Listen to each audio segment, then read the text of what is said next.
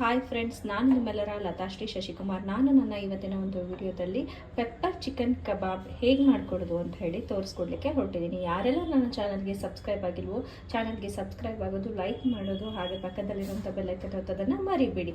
ಬನ್ನಿ ಈ ಒಂದು ರೆಸಿಪಿ ಹೇಗಾಗುತ್ತೆ ಅಂತ ನೋಡೋಣ. ತುಂಬ ಕ್ವಿಕ್ಕಾಗಿ ಈಸಿಯಾಗಿ ಮಾಡೋವಂಥ ರೆಸಿಪಿ ಆಗಿದೆ. ತುಂಬಾ ಟೇಸ್ಟಿಯಾಗಿರುತ್ತೆ, ಡಿಫ್ರೆಂಟ್ ಟೇಸ್ಟ್ ಕೂಡ ಇರುತ್ತೆ. ಮನೆಯಲ್ಲಿ ಒಂದ್ಸಲ ಮಾಡಿದ್ರೆ ಮತ್ತೊಮ್ಮೆ ಇನ್ನೊಂದ್ಸಲ ಮಾಡಿಕೊಡಿ ಅಂತ ಕೇಳಿ ಮಾಡಿಸ್ಕೊಂಡು ಕೂಡ ತಿಂತಾರೆ. ಬನ್ನಿ ಈ ಒಂದು ರೆಸಿಪಿನ ಕ್ವಿಕ್ಕಾಗಿ ಸ್ಟಾರ್ಟ್ ಮಾಡೋಣ. ನಾನಿಲ್ಲಿ 1 kg ಚಿಕನ್ನ ತೆಗೆದಿಟ್ಕೊಂಡಿದ್ದೀನಿ. ಹಾಗೆ ಒಂದು ದೊಡ್ಡ ಟೇಬಲ್ ಸ್ಪೂನ್ ಅಷ್ಟು ಶುಂಠಿ ಬೆಳ್ಳುಳ್ಳಿ ಪೇಸ್ಟು, 1 ಹಿಡಿ ಕೊತ್ತಂಬರಿ ಸೊಪ್ಪು, ಹಾಗೆ 1 ಹಿಡಿ ಪುದೀನಾನ ಚೆನ್ನಾಗಿ ತೊಳೆದು ರುಬ್ಬಿ ಪೇಸ್ಟ್ ಮಾಡಿಟ್ಕೊಂಡಿದ್ದೀನಿ. 1 ಟೇಬಲ್ ಸ್ಪೂನ್ ಅಷ್ಟು ಧನಿಯಾ ಪೌಡರ್ನ ನಾನಿಲ್ಲಿ ಯೂಸ್ ಮಾಡ್ತಾ ಇದ್ದೀನಿ. 2 ಟೇಬಲ್ ಸ್ಪೂನ್ ಅಷ್ಟು ಕಾಳು ಮೆಣಸಿನ ಪುಡಿ, 1 ಟೇಬಲ್ ಸ್ಪೂನ್ ಅಷ್ಟು garam masala powder, 1 table spoon ಅಷ್ಟು ಮೈದಾ ಹಿಟ್ಟು, ಹಾಗೆ 2 ಟೇಬಲ್ ಸ್ಪೂನ್ ಅಷ್ಟು ಹಸಿರು ಮೆಣಸಿನ್ಕಾಯಿ ಪೇಸ್ಟ್ನ ನಾನಿಲ್ಲಿ ಯೂಸ್ ಮಾಡ್ತಾ ಇದ್ದೀನಿ. 3 ಟೇಬಲ್ ಸ್ಪೂನ್ ಅಷ್ಟು ಕಾರ್ನ್ಫ್ಲೋರ್ನ ತೆಗೆದಿಟ್ಕೊಂಡಿದ್ದೀನಿ. ಹಾಗೆಯೇ 1 ನಿಂಬೆಹಣ್ಣಿನ ರಸನ ನಾನಿಲ್ಲಿ ಯೂಸ್ ಮಾಡ್ತಾ ಇದ್ದೀನಿ. ಅರ್ಧ ಟೇಬಲ್ ಸ್ಪೂನ್ ಅಷ್ಟು ಜೀರಿಗೆ ಪೌಡರ್ನ ತೆಗೆದಿಟ್ಕೊಂಡಿದ್ದೀನಿ. 3 ಸ್ಪೂನ್ ಅಷ್ಟು ಸೋಯಾ ಸಾಸ್ನ ಯೂಸ್ ಮಾಡ್ತಾ ಇದ್ದೀನಿ.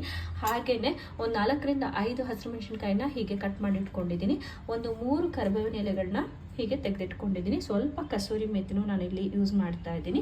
1 ಮೊಟ್ಟೆ, ಅರ್ಧ ಸ್ಪೂನಷ್ಟು ಅರಿಶಿನ ಪುಡಿ, ಹಾಗೆಯೇ 2 ಗೆಡ್ಡೆ ಬೆಳ್ಳುಳ್ಳಿನ ತೊಗೊಂಡು ಸಿಪ್ಪೆ ಸಮೇತ ಹಾಗೆ ಜಜ್ಜಿಟ್ಕೊಂಡಿದ್ದೀನಿ.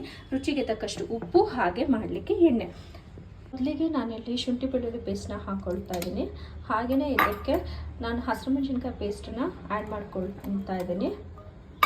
2 ಸ್ಪೂನಷ್ಟು ಹಸಿರು ಮೆಣಸಿನ್ಕಾಯಿ ಪೇಸ್ಟನ್ನ ನಾನಿಲ್ಲಿ ಹಾಕ್ಕೊಂಡಿದ್ದೀನಿ. ಹಾಗೆಯೇ ಕೊತ್ತಂಬರಿ ಸೊಪ್ಪು ಹಾಗೆ ಪುದೀನ ಪೇಸ್ಟನ್ನು 1-2 ಟೇಬಲ್ ಸ್ಪೂನಷ್ಟು ಹಾಕ್ಕೊಳ್ತಾ ಇದ್ದೀನಿ. ಇದ್ರ ಜೊತೆಗೆ 1 ಟೇಬಲ್ ಸ್ಪೂನಷ್ಟು ಧನಿಯಾ ಪೌಡರ್ನ ಹಾಕ್ಕೊಂಡಿದ್ದೀನಿ. 2 ಟೇಬಲ್ ಸ್ಪೂನಷ್ಟು ಕಾಳು ಮೆಣಸಿನ ಪುಡಿನ ನಾನಿಲ್ಲಿ ಆ್ಯಡ್ ಮಾಡ್ಕೊಂಡಿದ್ದೀನಿ. ಹಾಗೆಯೇ ಅರ್ಧ ಟೇಬಲ್ ಸ್ಪೂನಷ್ಟು ಜೀರಿಗೆ ಪೌಡರ್ನ ಹಾಕ್ಕೊಳ್ತಾ ಇದ್ದೀನಿ.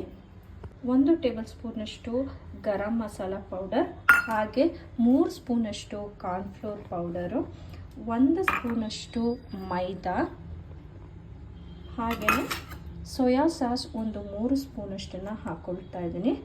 ಇದ್ರ ಜೊತೆಗೆ ನಾನೇನು ಕಟ್ ಮಾಡಿ ತೆಗೆದಿಟ್ಕೊಂಡಂಥ ಹಸಿರು ಮೆಣಸಿನ್ಕಾಯಿ, ಕರಿಬೇವು, ಹಾಗೆಯೇ ಸ್ವಲ್ಪ ಕಸೂರಿ ಮೆಥಿನ ಹಾಕ್ಕೊಳ್ತಾ ಇದ್ದೀನಿ. ಜಜ್ಜಿಟ್ಕೊಂಡಂತಹ ಬೆಳ್ಳುಳ್ಳಿನೂ ಕೂಡ ಹಾಕ್ಕೊಂಡಿದ್ದೀನಿ. 1 ನಿಂಬೆಹಣ್ಣಿನ ರಸ, ಹಾಗೆಯೇ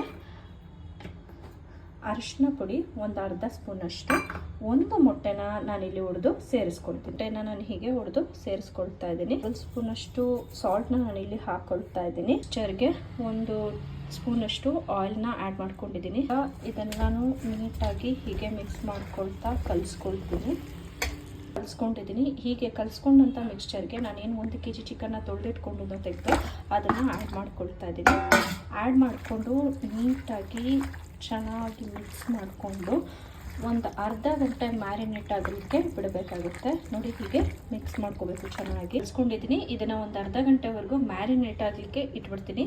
ನೋಡಿ, ಚಿಕನ್ ಈಗ ಅರ್ಧ ಗಂಟೆ ಇಟ್ಟಿದ್ದೆ, ಮ್ಯಾರಿನೇಟ್ ತುಂಬ ಚೆನ್ನಾಗಾಗಿದೆ. ಈಗ ನಾನು ಒಂದು ಪ್ಯಾನ್ನ ಸ್ಟವ್ ಮೇಲೆ ಪ್ಲೇಸ್ ಮಾಡಿ ಇದಕ್ಕೆ ಎಣ್ಣೆಯನ್ನು ಹಾಕ್ಕೊಳ್ತೀನಿ ಫ್ರೈ ಮಾಡಲಿಕ್ಕೆ ಅಂತ ಹೇಳಿ. ಇಲ್ಲಿ ಎಣ್ಣೆ ಬಿಸಿ ಆಗಿದೆ. ಈಗ ನಾನು ಕಲಸಿಟ್ಕೊಂಡಂಥ ಮ್ಯಾರಿನೇಟ್ ಮಾಡಿದಂಥ ಮಿಕ್ಸ್ಚರ್ನ ಇದಕ್ಕೆ ಹಾಕ್ಕೊಂಡು ಇಡ್ತಾ ಇದ್ದೀನಿ.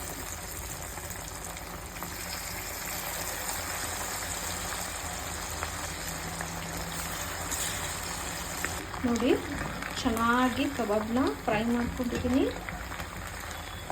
ಈ ಒಂದು ಕಬಾಬ್ನ ನಾನು ಸರ್ವಿಂಗ್ ಪ್ಲೇಟ್ಗೆ ಸರ್ವ್ ಮಾಡಿಕೊಂಡು ನಿಮಗೆ ತೋರಿಸ್ತೀನಿ.